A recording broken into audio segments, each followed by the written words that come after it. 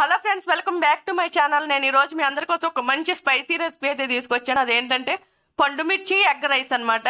దీనికోసం ముందుగా ఒక కప్పు రైస్ తీసుకుని దాంట్లో ఒక టేబుల్ స్పూన్ పండు మిర్చి పచ్చడి, కొంచెం ఆయిల్ వేసుకుని రైస్ అంతా కూడా పచ్చడి కలిసేటట్టు కలుపుకోవాలన్నమాట. మీరు స్పైసీ లవర్స్ అయితే ఇంకా కొంచెం ఎక్స్ట్రా వేసుకోవచ్చు. తర్వాత ఒక బాండీలో ఆయిల్ వేసి అందులో ఒక ఎగ్ చితగొట్టుకుని వేసుకుని ఎగ్ అంతా కూడా బాగా బీట్ చేసుకుంటా బాగా ఫ్రై అవ్వనివ్వాలన్నమాట. ఎగ్ క్రంబుల్స్ మొత్తం ఫ్రై అవ్వాలన్నమాట. ఫ్రై అయ్యాక ఈ ఎగ్ క్రంబుల్స్ని తీసేసుకోవాలి, పక్కకు పెట్టేసుకోవాలన్నమాట.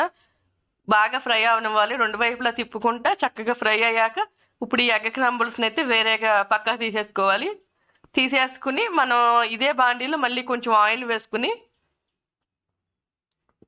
పచ్చిమిర్చి, అలాగే కొంచెం కరివేపాకు, ఒక 10 జీడిపప్పు బద్దలు వేసుకుని ఫ్రై చేసుకోవాలన్నమాట. కొంచెం కొత్తిమీర ఇవన్నీ వేసుకుని చక్కగా ఫ్రై చేసుకోవాలి. పచ్చిమిర్చి, జీడిపప్పు కొంచెం కలర్ వచ్చినాయి అనుకున్నాక అప్పుడు ఇందుట్లో అల్లం వెల్లుల్లి పేస్ట్ వేసుకోవాలి, ఒక టేబుల్ స్పూను వేసుకుని అది కూడా బాగా ఫ్రై అవ్వనివ్వాలన్నమాట. అల్లం వెల్లుల్లి పేస్ట్ కూడా బాగా ఫ్రై అయ్యి తడి మొత్తం వదిలేసి అన్నాక అప్పుడు దీంట్లో మనం ఇంతకు ముందు కొట్టుకున్నాం కదా ఎగ్ పొరుటు, ఆ ఎగ్ పొరుటుని ఇందుట్లో వేసేసుకోవాలన్నమాట.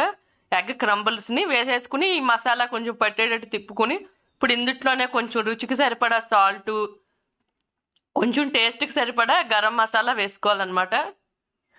ఈ గరం మసాలా వేస్తే మంచి స్పైసీగా మంచి టేస్టీగా ఉంటుంది అనమాట. వేసుకుని ఒకసారి కలుపుకోవాలి. కలుపుకున్న తర్వాత ఈ మసాలా ఇదంతా కూడా కొంచెం ఫ్రై అయ్యింది అనుకున్నాక అప్పుడు మనం ముందుగా కలిపి పెట్టుకున్న పండు మిర్చి అన్నం ఉంది కదా, అదైతే ఇందుట్లో వేసేసుకోవాలి. వేసేసుకుని హై ఫ్లేమ్లో పెట్టుకుని టాస్ చేసుకుంటా ఫ్రై అవనివ్వాలన్నమాట. రైస్ని కొంచెం ఫ్రై అవనిచ్చి ఒక్క నిమిషం కదపకుండా ఉంచేయాలి పొయ్యి మీద.